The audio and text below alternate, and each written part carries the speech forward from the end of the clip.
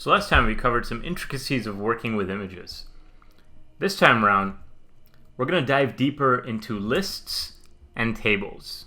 So let's go ahead and create a new HTML document. So I pressed Command N to create a new file, and I'm going to save this as table lists.html. And we're going to go into the intricacies of working with lists and tables. So let's start out this document with our standard template, HTML, head, create a body. Inside the head, we'll add a title, lists, and tables.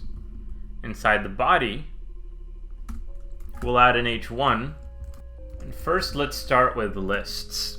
In a previous video, we went over how to create an ordered list with the OL tag and add a list item inside, like apple, another list item, orange, third list item, banana.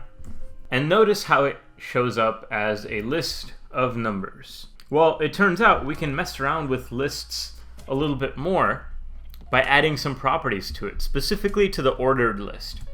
One of the properties we can add is the letter that we want to use. You can see brackets has given us some suggestions.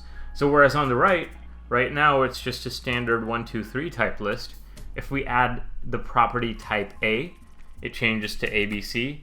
If we add the letter I, it changes to lowercase Roman numerals. If we add a capital I, it changes to uppercase Roman numerals. Another property we can add is start. For example, say we'd created a list further up in the document, and that ended at, let's say, item 3, and we want to start off at item 5. We can specify a start property for the ordered list, and it'll start at a particular value. There used to be a few more properties for ordered lists and unordered lists, but those were later removed with the HTML5 specification, largely because the developers of HTML5 want us to use a little bit of CSS. So let's create an example unordered list. Li, bread, another Li, bagels, a third Li, cream cheese, and let's call this Li, or let's call this list groceries. Let's call this list up here fruits. And we don't really need to link to a specific CSS file to add some CSS to our lists. There is something called inline CSS that we can add as a property to a particular list item.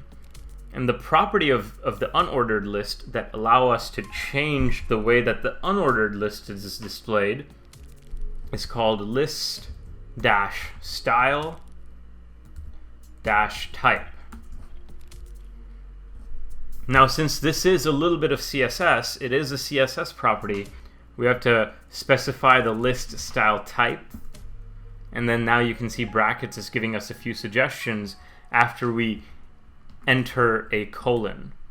So again, it's style equals quotations list style type with dashes in between each word, and then a colon.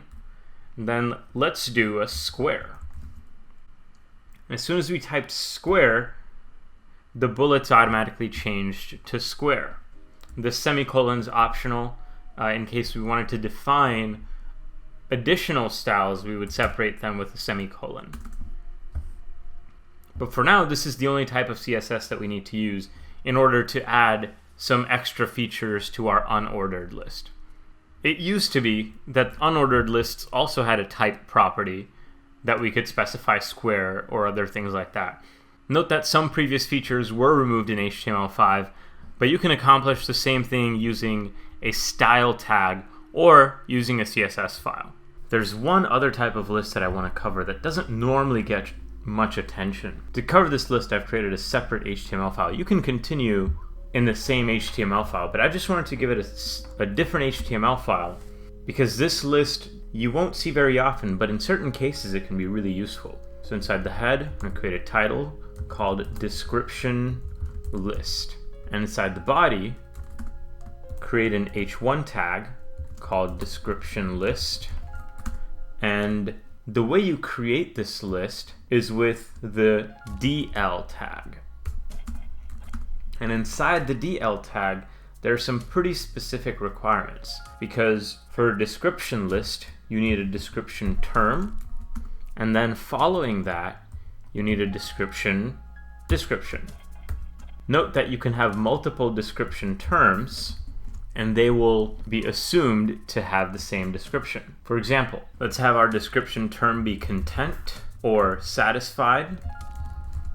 Let's capitalize them since they're glossary terms. And then have that description be a feeling of being happy with the current state of affairs. We can have another description term of rage and have the description for that be a feeling of fury, generally implying that its effects are temporary.